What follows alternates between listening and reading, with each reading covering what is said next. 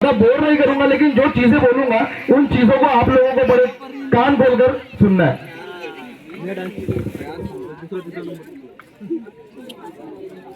प्रतिपतचंद्र लेखे वर्धिष्णु विश्ववंदिता शाह सुनोगा शिवशिष्या मुद्रा भद्राय राजते।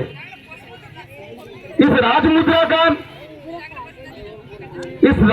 को लिखकर, इस राजमुद्रा के माध्यम से संपूर्ण महाराष्ट्र में जिन्होंने स्वराज्य निर्माण किया और उन स्वराज्य के उस स्वराज्य में हम लोग रहते हैं, ऐसे स्वराज्य के निर्माता छत्रपति महाराज शिवाजी महाराज, हमें शिक्षा का महत्व जिन्होंने बताया, ऐसे डॉक्टर बाबा साहब अम्बेडकर, इनको भी नमन करता हूं। यहाँ पे प्रतिमा के स्वरूप में उपस्थित आद्य क्रांतिकारी वीर बिरसा मुंडा और हमें हमारे क्षेत्र से गोंडियन संस्कृति को अंतर्राष्ट्रीय स्तर पर रिप्रेजेंट करने वाले डॉक्टर मोतीरावन गंगाली।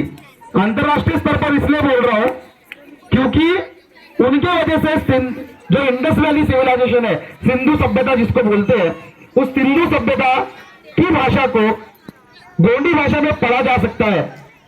ये अंतर्राष्ट्रीय स्तर पर प्रूफ हुआ। आप लोग एक बार सब लोग नारा लगाएंगे, मैं फला पेंटा बोलूंगा, आप लोग सेवा सेवा बोलेंगे। सेवा सेवा, जोर से आवाज आना चाहिए सबका। मैं माइक बाजू में रख दूंगा तो भी ज्यादा आवाज निकलेगा। सेवा सेवा, अब माइक से सेवा सेवा। हाँ, अभी एनर्जी आई है और आप लोगों ने खाना खाया है, तो मैं ये समझता हूँ कि अभी नारा लगा कि नींद भाग गई होगी और कार्यक्रम सोते सोते तो नहीं देखोगे, है ना? तो उसके लिए थोड़ा सा सजग रहिए, सावधान रहिए, सतर्क रहिए, ठीक है? हाँ, तो मैं बता रहा था डॉक्टर मोतीरावन गंगाली जी, जिनकी जयंती अभी कुछ दिनों पहले, 5 दिन पहले 2 फरवरी को मनाई गई, बड़े धूमधाम से मनाई गई। कितने लोगों को पता था? हमारे उस पर क्वेश्चन मार्क है कि उनकी जयंती थी, उन्होंने क्या काम किया है, ये कितने लोगों को पता है? इस पर क्वेश्चन मार्क है। लेकिन कुछ बातों को यहां आप लोगों के सामने रखना मैं बहुत इंपॉर्टेंट समझता हूं, और वो ये है कि डॉक्टर गंगाली, इन्होंने जब सिंधु सभ्यता के बारे में बात की तो उसके पहले कुछ महानुभावों ने, कुछ फेमस व्यक्तियों ने सिंधु सभ्यता के विषय पे बात की थी, जिसमें मुख्य रूप से नाम आता है डॉक्टर फादर हेरास का। फादर हेरास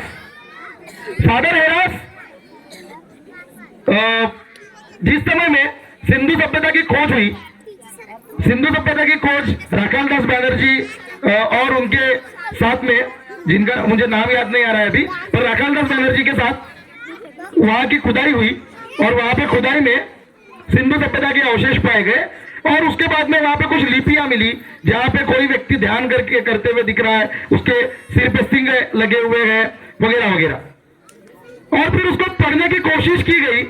तो फादर हेरास ने उसको पहली बार पढ़ने की कोशिश की और फादर हेरास ने जब पहली बार पढ़ा तो पढ़ते समय में उन्होंने बोला, this particular language can be deciphered only in the proto Dravidian language. इसका मतलब होता है कि उन्होंने ये बोला कि ये जो भाषा है, इस भाषा को द्रविड़ पूर्व भाषा में पढ़ा जा सकता है। पोरींनो, जरा माझ्याकडे लक्ष द्या, आप सब बोलू नका, खूप महत्वाचा विषय सांगतोय मी, मेरे विद्यार्थी है इसलिए बोल रहा हूं, डांट रहा हूं। हाँ, तो फादर हेरास ने क्या बोला कि this particular language can be deciphered only in proto Dravidian language, मतलब ये द्रविड़ पूर्व भाषा में पढ़ा जा सकता है और द्रविड़ पूर्व भाषा में अर्थपूर्ण तरीके से पढ़ा जा सकता है। उसके बाद बहुत से लोगों ने कोशिश की उस भाषा को पढ़ने की, बहुत से लोगों ने कोशिश की उसको अर्थपूर्ण स्वरूप से लोगों के सामने रखने की, और वो दिन आया जब डॉक्टर मोतीरावन गंगाली, इन्होंने एक रिसर्च प्रबंध, जो उनका थीसिस था, उनका पीएचडी जो था, वो पीएचडी करने के बाद उन्होंने उन हड़प्पन सिविलाइजेशन में मिलने वाली जो सील है, सिंधु सभ्यता में मिली हुई जो सील है, उन सील को पढ़ने की कोशिश की और पढ़ने की जब कोशिश की तो उसको अर्थपूर्ण रूप से रखा लोगों के सामने रखा और उसको अंतर्राष्ट्रीय स्तर पर एक अलग पहचान मिली कि हाँ, कि ये प्रोटो द्रविडियन लैंग्वेज में पढ़ा जा सकता है और उसको गोंडी भाषा में पढ़ा गया। इसका मतलब ये कि सिंधु सभ्यता जो है वो गोंडियन सभ्यता की कहीं ना कहीं जननी रही होगी, ये या फिर गोंडियन सभ्यता का हिस्सा रहा होगा, ये इसमें से प्रूफ होता है। लेकिन हो क्या रहा है पता है, हम लोग, ठीक है मैंने ये सब चीजें बताई, मुझे पता है कई सारे लोगों ने सुनी है, कई सारे लोगों ने नहीं सुनी। कुछ लोग बातें करने में लगे हुए, कुछ लोग ये सोच रहे हैं कि मैं कब खत्म करूंगा, बाकी लोग कब खत्म करेंगे और कब यहाँ पे डांस होगा, है ना, और आप लोग एंजॉय करेंगे। बराबर है, सही है? हाँ मुझे पता है आप लोग सही बोल रहे हो और सही बोलना गलत नहीं है, ठीक है। तो यहां पे जो इंपॉर्टेंट बात मैं बताना चाहता हूं, मैंने हड़प्पन सिविलाइजेशन की शुरुआत इसलिए की है क्योंकि मैं आपको बता रहा हूं कि आपका इतिहास गौरवपूर्ण है, पर क्या आप अपना इतिहास जानने के लिए तैयार है? क्या हम हमारा इतिहास जानने के लिए तैयार है? तो इस पे जवाब है नहीं। क्यों नहीं? क्योंकि हम लोग मौज मस्ती और टाइम पास इन सब चीजों में ज्यादा पड़े हुए। हम लोगों को सिर्फ ये कि खाने, सोने, जाने, इन सब चीजों से हम बाहर निकलेंगे ना, तब जाकर संस्कृति को, उसके इतिहास को, उसके गौरवशाली इतिहास को जानने की इच्छा हमारे अंदर आएगी। यह गौरवशाली इतिहास एक साइड में और एक वाकया एक साइड में जो मैं आपके सामने रखना चाहता हूं, मुकेश भैया, क्या है कि मेरा जब एमएससी मैं कर रहा था गवर्नमेंट इंस्टीट्यूट ऑफ साइंस से, तो मेरे साथ में एक हमारे जो सीनियर थे जो पीएचडी कर रहे थे उस समय में, तो उनके साथ में कई बार, और वो अम्बेडकराइट मूवमेंट से थे, तो उनके साथ में कई बार हमारी कई सारे अलग अलग विषयों पे चर्चा होती थी। अब इन चर्चाओं में एक चर्चा एक बार ऐसी हुई कि वो बोला, यार मुकेश, तुमच्या देवांना तो दारू चालते म्हणे, तुमच्या देवांना दारू चालते, मस्त मटण खाता तुम्ही, एकदम जबरदस्त तुमचा एंजॉय करण्यासारखं आहे म्हणते तुमची संस्कृती। तो मुझे थोड़ी देर के लिए ऐसा लगा कि ये मुझे कॉम्प्लीमेंट दे रहा है या मेरे मुंह पे थप्पड़ मार रहा है। जब उसने ये बात बोली तब मैं थोड़ा देर के लिए सोच में पड़ा और उसके बाद में उनको एक चीज बताई जो मैं आपके सामने बताता हूं। आप लोग यहां पे आए, सारे लोग, जो मेरे ख्याल से ये जो आपका रैली वगैरह का जो कार्यक्रम है वो 11 बजे से शुरू हुआ, बराबर है ना? कितने बजे से शुरू हुआ? 11 बजे से। 11 बजे से लेके अभी 9 बजने वाले हैं, 9:15 बज रहे। एक व्यक्ति धोती कुर्ता पहनकर यहां पर 11 बजे से उपलब्ध है आपको, 11 बजे से भूमकाल के रूप में मसराम जी यहां पर उपस्थित है। मुझे नहीं लगता एक भी व्यक्ति जाकर इस गोंगों के बारे में या हमारी संस्कृति के बारे में एक तो भी बात उनके साथ में चर्चा की होगी, एक ने भी नहीं की होगी, क्योंकि हमको जरूरत ही नहीं पड़ती है, क्योंकि हमको यह लगता है कि हमको सब कुछ पता है, और हमको जो सब कुछ पता है ना, उस सब कुछ पता में हम लोग उसका इतना बेकार तरीके से वाट लगाते हैं कि लोगों को भी उसी तरीके का मैसेज जाता है जिस तरीके का जाना नहीं चाहिए। जैसा उसने मुझे बोला था कि अरे यार मुकेश, तुमचे देवांना तो दारू चलते, तो मेरा जवाब सुनिए। मेरा जवाब ये है, और वो ये था और ये हमेशा के लिए होगा, कि हमारे गोंगों में, हमारी पूजा पद्धति में दारू नहीं, महुआ होता है ना, महुए को, ताजा महुए को, या फिर अगर महुआ सुखाया होगा तो उसको पानी के अंदर डुबाया जाता है, और वो जो पानी है उस पानी को पूजा पद्धति में इस्तेमाल किया जाता है, ना कि महुए को सड़ाकर उससे बनाया हुआ अर्क जो है, जिसको हम दारू बोलते हैं, उसका इस्तेमाल होता है। तो ये बात सबसे पहले बाइकआउट कर दो। और मैं एक चीज देखता हूं, जो बहुत गलत तरीके का ट्रेंड हम लोगों को देखने को मिलता है कि एक गरीब आदमी अगर वो घर में दंगे कर रहा होगा तो वो महुए की दारू चढ़ाता है। थोड़ा सा पैसे वाला है, एक 10,000 15,000 वगैरह कमाता होगा, तो वो देसी दारू चलाता है। थोड़ा ज्यादा पैसे वाला होगा, 40-50,000 60,000 उसके ऊपर, तो वो इंग्लिश दारू चलाता है। बोलने का मतलब यह है कि क्या हम लोगों ने हमारे देवों के, हमारे पेड़ों के, हमारे पेड़ व्यवस्था का ब्रांडिंग करके रखा है कि इसका ये ब्रांड है। हर एक ब्रांड वाला व्यक्ति अपने अपने हैसियत के हिसाब से अलग अलग प्रकार की दारू चलाता है, और इस वजह से हम लोग खुद हमारे पेड़ व्यवस्था का, हमारी संस्कृति का अपमान कर रहे हैं। इन चीजों को समझना होगा कि क्या यही हमारी संस्कृति है या कुछ और है। अच्छा, मुझे एक ने पूछा कि महुआ क्यों, कुछ और क्यों नहीं, महुआ क्यों, कुछ और क्यों नहीं। फिर मैं रिसर्च करता हूं, ऑब्वियसली मैं साइंस फील्ड से हूं और मैं जूलॉजिस्ट हूं। जूलॉजिस्ट होने के नाते कई बार प्राणियों के बारे में और बायोलॉजी पढ़ाता हूं, तो वनस्पतियों के बारे में बहुत सारी जानकारी है, पूरी की पूरी नहीं है पर लगभग अच्छी खासी जानकारी है। उसकी स्टडी की है, उसकी पढ़ाई की है करके, तब मैंने महुए के ऊपर में थोड़ा खोज किया, और महुए पर जब खोज किया तब मैंने पाया कि महुए में एंटीऑक्सीडेंट्स होते हैं। एंटीऑक्सीडेंट्स आप लोग जानते नहीं होंगे, लेकिन राजस्थान या फिर उसके आसपास के किसी इलाके में जब कोरोना आया था ना, तो कोरोना के समय में आप लोग सैनिटाइजर इस्तेमाल कर रहे थे ना, सैनिटाइजर इस्तेमाल, वहां के लोगों ने महुए से सैनिटाइजर बनाया था। यह समझना है, महुए से सैनिटाइजर बन सकता है, ठीक है। तो इसका मतलब क्या, हमारे लोग जब पानी में महुआ डालते हैं और उसके बाद में उसको छिड़कते हैं, तो क्या करते हैं, उतनी जगह को सैनिटाइज करते हैं। सोचा था कभी नहीं सोचा था। उनको पता था कि सैनिटाइजर का काम हमारा महुआ करता है, सोचिए, पर हमने कभी इस एंगल में सोचा ही नहीं। फिर महुआ के पेड़ की पूजा क्यों करते हैं, तो इसलिए क्योंकि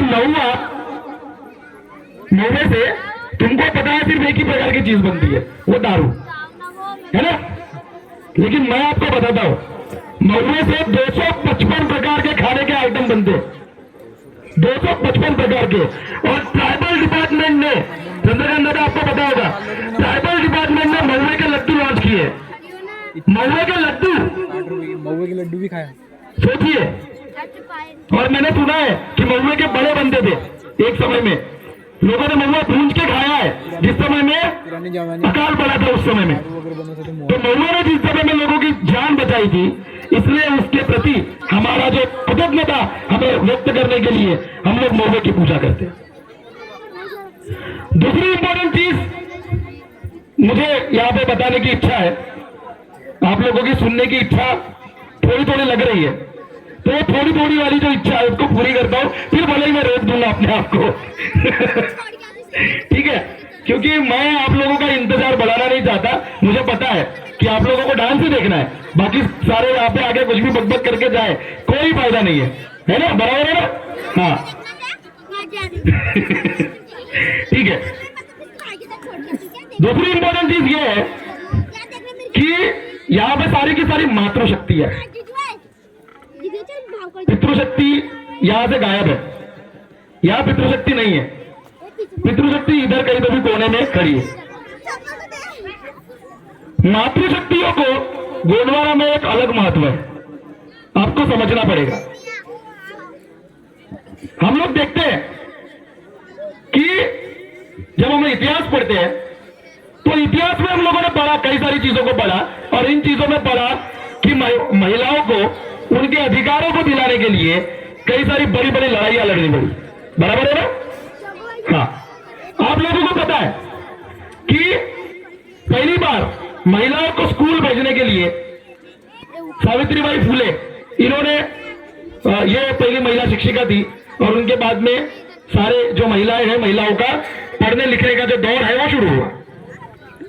पर मैं इस चीज को थोड़ा सा कट करता हूं, कट इसलिए करता हूं क्योंकि सावित्रीबाई फुले का योगदान है, बिल्कुल मैं नमन करता हूं उस शक्ति को, लेकिन सावित्रीबाई का योगदान शहरी व्यवस्था में या उस व्यवस्था में है जिस व्यवस्था में लोग एक जगह पे रहते थे। मैं उस व्यवस्था की बात कर रहा हूं जो अंग्रेजों के आने के पहले की है। मैं उस व्यवस्था की बात कर रहा हूं जो वेदों के पहले की है। मैं उस व्यवस्था की बात कर रहा हूं जो वैदिक काल के पहले की है। और वैदिक काल के पहले जो काल था उस काल में हमारे यहाँ पे महिलाओं को एक अनन्य साधारण महत्व था। हमारे यहाँ का राजा, तुम लोग देखते हो शादी होने के बाद में महिलाओं का सरनेम चेंज हो जाता है ना? होता है ना? लेकिन उस समय में महिलाओं का सरनेम चेंज नहीं होता था। उस समय में पुरुष उस महिला की वजह से पहचाना जाता था। आज के समय में महिला उस पुरुष की वजह से पहचानी जाती है। बराबर है ना? याची फलाना फलाण्याची बायको, फलाना फलाण्याची आई, फलाना फलाण्याची मुलगी, बरोबर ना? पण त्यावेळेस तसं नव्हतं। जिस समय की मैं बात कर रहा हूं, जिस समय में गोंडवाना में महिलाओं को एक ऊंचा स्थान था, उस समय में राजा तक महिलाओं के नाम से पहचाना जाता था। और इसलिए हमारे जो 88 पीढ़ियां हुई शंभुओं की, शंभु, सयुम, धूत और राजाल, 5 खंड की भूमि का राजा शंभु, ऐसे 88 जोड़ियों में पहली जोड़ी शंभु मूला, शंभु रमला, शंभु रैया, शंभु सैया, शंभु डंबा, शंभु तुलसा, शंभु गौरा, शंभु गिरजा, ये जो सारे नाम मैं ले रहा हूं इसमें शंभु कॉमन लग रहा है तुमको, क्योंकि शंभु पद है। और ये जो बाकी की मैं बातें कर रहा हूं, बाकी के जो मैं नाम ले रहा हूं, वो उनके पत्नी के नाम है, जिनके नाम से वो राजा पहचाना जाते थे। और क्यों महत्व था? महत्व इसलिए था क्योंकि हम ट्राइबल्स, हम गोंडियंस प्रकृतिवादी है, प्रकृति पूजक है। और प्रकृति का जिस समय में अलग अलग रूप से निरीक्षण किया गया, तब पाया गया कि लोग इकट्ठा कौन से रहते हैं, कौन से जानवर झुंड में रहते हैं। तब उन्होंने 3 लोगों को ऑब्जर्व किया। जब घर बनता है, गढ़ बनता है, तो गढ़ कौन बनाता है? गढ़ 3 प्रकार के जानवर बनाते हैं। जानवर बोलने से ज्यादा 3 प्रकार के कीटक बनाते हैं। 3 कीटक कौन कौन से? चीटी बनाती है ना गढ़, वो बनाती है टीला, टीला क्या म्हणतो त्याला आपण, डुमर है ना? हाँ, उदई, उदई भी बनाती है। उसके बाद मधुमक्खी छत्ते बनाती है। हाँ, तो इन तीनों को देखकर उस समय के हमारे जो पुरखे थे, उन पुरखों ने गढ़ व्यवस्था बनाई। और वो गढ़ व्यवस्था बनाते समय में उन्होंने ये देखा कि चींटियों में एक ही रानी होती है, बराबर? मधुमक्खी में एक ही रानी होती है, बराबर? टर्माइट, उदई, जिसको हिंदी में क्या बोलते हैं? खटमल। उदई को खटमल, खटमल, दीमक। अच्छा दीमक। दीमक में भी एक ही रानी होती है।